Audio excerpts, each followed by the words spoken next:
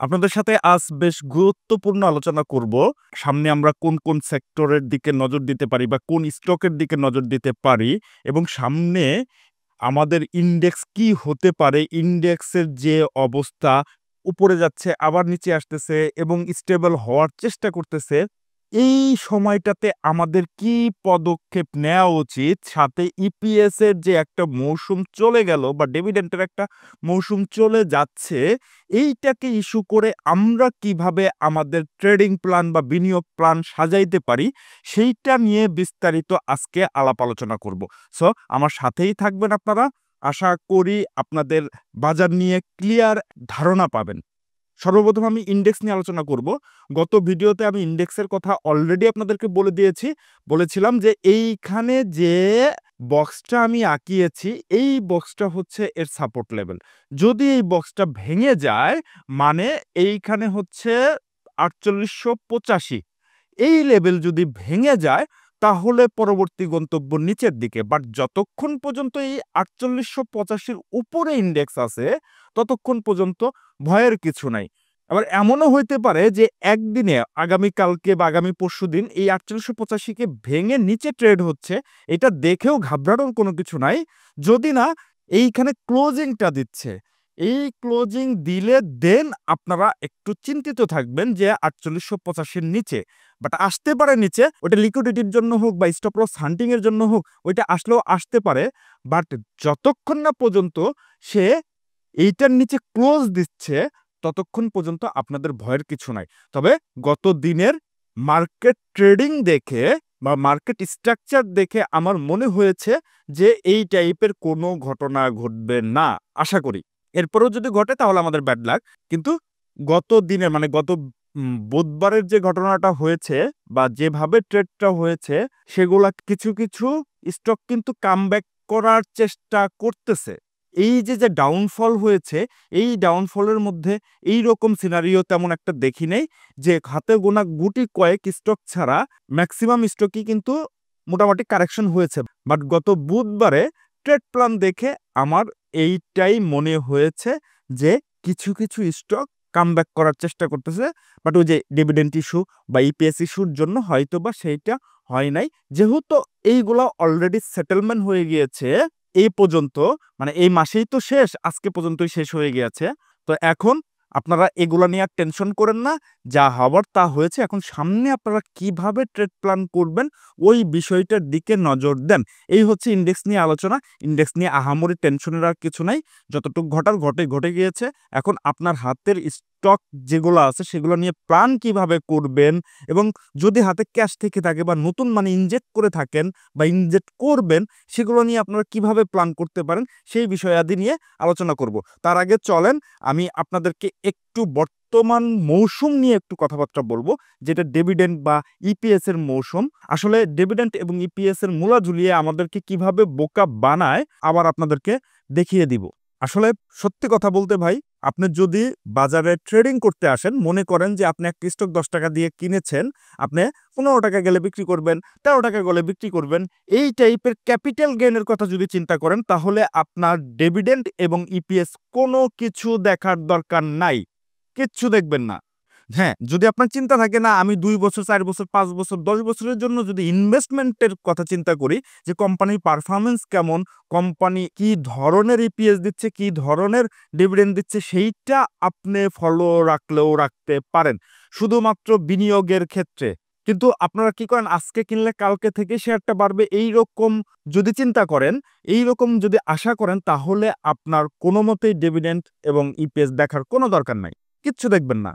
Just আপনারা প্রাইসটা দেখবেন ঠিকঠাক পজিশনে আছে কিনা, টেকনিক্যাল অ্যানালাইসিসটা একটু মিলানোর চেষ্টা করবেন, সেই জায়গাটাতে এন্ট্রি পয়েন্ট আছে কিনা এবং এক্সিট পয়েন্ট সেই টেকনিক্যাল পয়েন্ট অফ ভিউ থেকে আপনারা মিলাবেন। তাহলে আপনারা এই যে যে ট্রেডিং মেন্টালিটি নিয়ে বা পজিশন ট্রেডিং, যেটা 1 মাস 2 মাস বা 3 মাস এমনকি 6 মাসও হতে পারে, এই টাইপের পজিশন ট্রেডিং এর জন্য যদি আপনারা স্টক সিলেকশন করেন, তাহলে আমি বলবো আপনারা ইপিএস ডিভিডেন্ড কোনো মতেই দেখার দরকার নাই, কিচ্ছু দেখার দরকার নাই। এই যে দেখেন ইপিএস, আসলে ইপিএস এবং ডিভিডেন্ড দিয়ে আমাদের বাজার চলে না, সত্যি কথা ভাই, একদম আমি মানে অকপটে স্বীকার করতেছি, এর আগেও বলেছি এখনো বলছি, ডিভিডেন্ড এবং ইপিএস দিয়ে আমাদের বাজার চলে না। আমাদের বাজার চলে স্মার্ট মানির মন মর্জির উপর। এই যে দেখেন বাজার এতখানি ফল করলো কিসের জন্য? স্মার্ট মানির মন মর্জির উপর। ওরা ইনঅ্যাক্টিভ ছিল বা এর সাথে কি হয়েছে, ভালো ভালো কোম্পানির স্টকগুলো পড়ে গেছে, ফল করছে। যেগুলো ভালো ইপিএস আছে, ভালো ডিভিডেন্ড আছে, সেগুলো ফল করছে। তাহলে আমাদের বাজার যদি ডিভিডেন্ড বা ইপিএস দিয়ে চলতো তাহলে এই স্টকগুলো পড়তো না। কারণ স্মার্ট মানি এখানে ইনঅ্যাক্টিভ ছিল।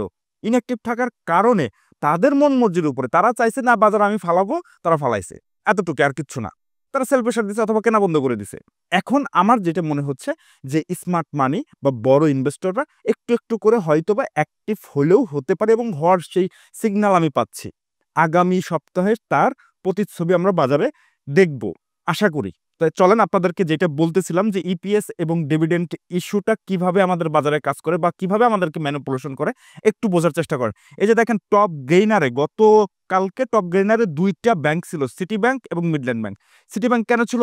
এর ডিভিডেন্ড দিয়েছে এবং ডিভিডেন্ড দিয়েছে কি সিটি ব্যাংকের, দেখেন একটু দেখার যদি চেষ্টা করেন যে 12.5% ক্যাশ, 12.5% স্টক, তার মানে 25% সে ডিভিডেন্ড দিছে। স্টকটার দাম কত টাকা? 23 টাকা।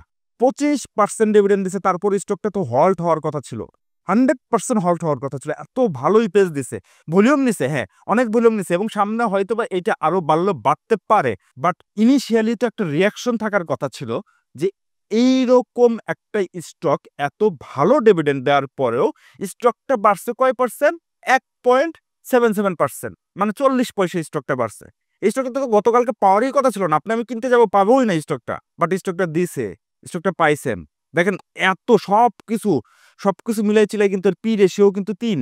যত রকম ফান্ডামেন্টাল ডাটা আছে এই ডাটাগুলো মিলিয়ে আপনি যদি চেক করেন যে খুব ভালো লুক্রেটিভ প্রাইস এবং খুব ভালো কোম্পানি এটা ডিভিডেন্ড ইস্যুতে, বাট এটা প্রাইস বাড়ে নাই। ওই যে আমি আপনাদেরকে বললাম আগে, যদি আপনারা ইনভেস্টমেন্ট করার চিন্তা করে থাকেন তাহলে এই ধরনের সিটি ব্যাংক আপনার জন্য খুবই ভালো, যে আপনার বছর শেষে একটা ডিভিডেন্ড নেবেন এবং টুকটাক 2, 4, 5 পয়সা বা 10 পয়সা, 1 টাকা, 2 টাকা, 5 টাকা যাই বাড়ুক আপনার জন্য ভালো, ক্যাপিটাল গেইন যতটুকুই হোক, কিন্তু এর ডিভিডেন্ড তো খুব ভালো দিচ্ছে।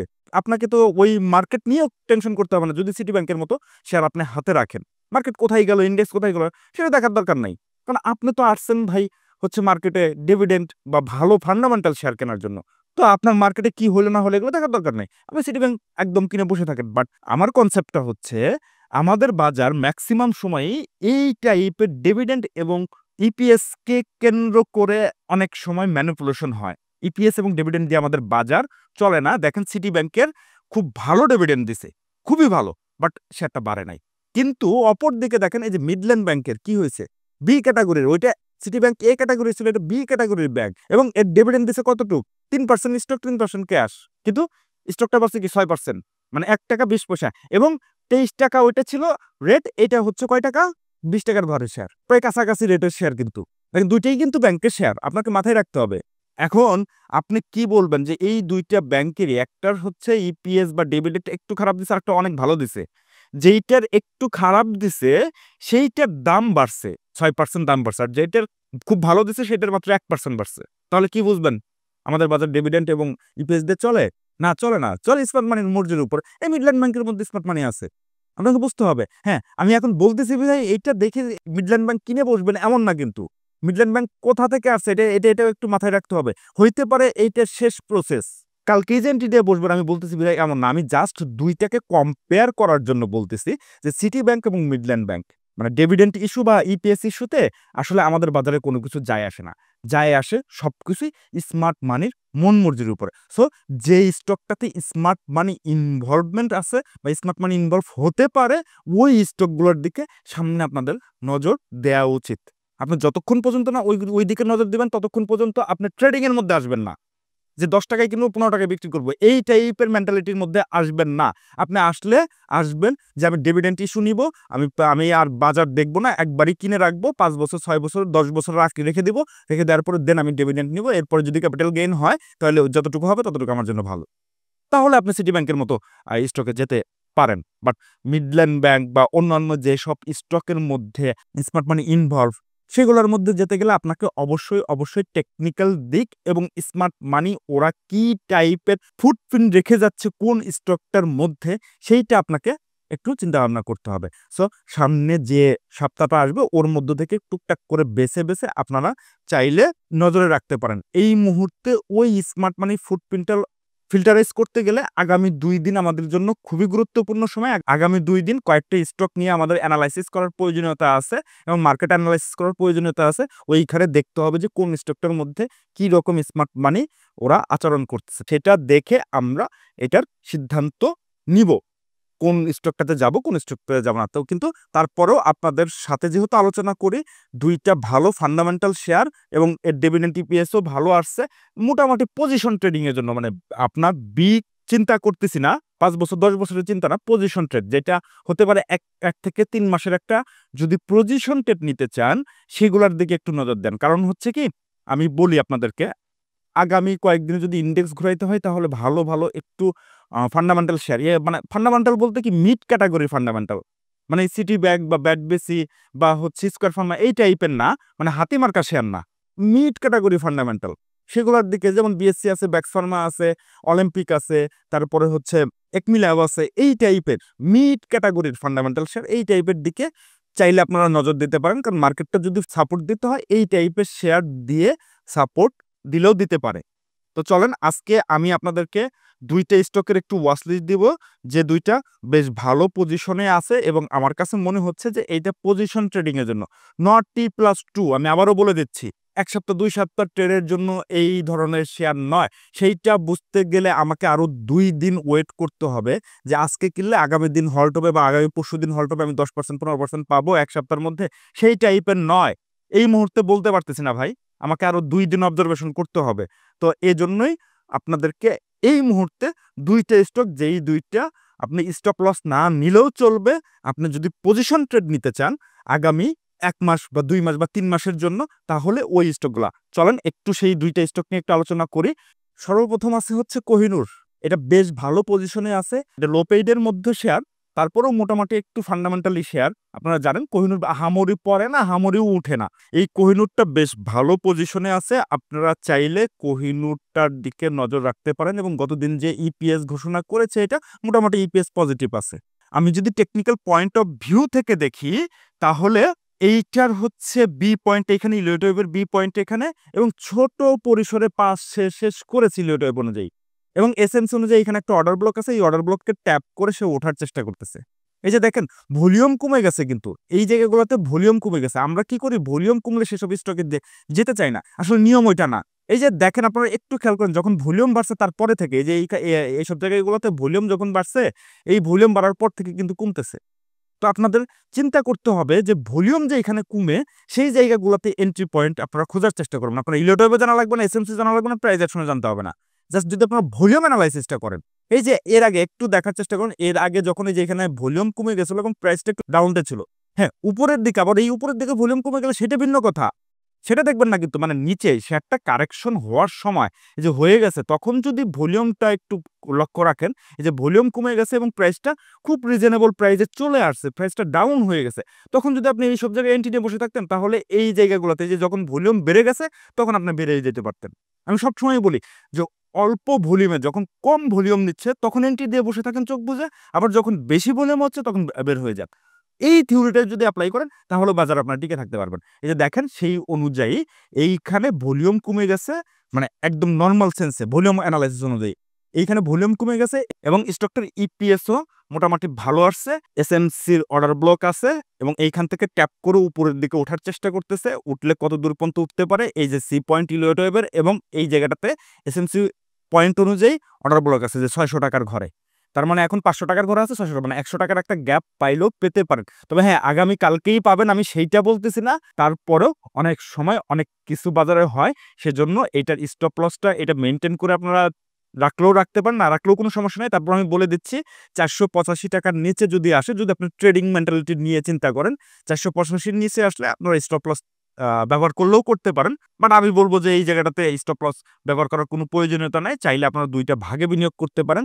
টুকটুক করে নিচে যত আসলো তত করে আপনারা সংগ্রহ করলেন। এইটাও আমার কাছে বেশ ভালো মনে হচ্ছে। আপনারা চাইলে এই স্টকটা দেখতে পারেন, আবার না চাইলেও নাও দেখতে পারেন। এটা এখন আপনাদের মর্জি। আমি টেকনিক্যাল পয়েন্ট অফ ভিউ থেকে কি পয়েন্ট আছে, কোথায় কোন পয়েন্টটা কিভাবে আপনারা ইউজ করবেন, সেই পয়েন্টটা নিয়ে আলোচনা করলাম। এরপরেরটা হচ্ছে অলিম্পিক ইন্ডাস্ট্রিজ। অলিম্পিক ইন্ডাস্ট্রিজের ইপিএসও মোটামুটি গ্রোথ ভালো, বেশ ভালো বলতে কি মানে ইপিএস নেগেটিভ হয় নাই, ইপিএস পজিটিভই আছে। সো এইটাও মিড ক্যাটাগরির স্টক। চাইলে এই ধরনের স্টকে এই মুহূর্তে একদম নজর রাখতে পারেন।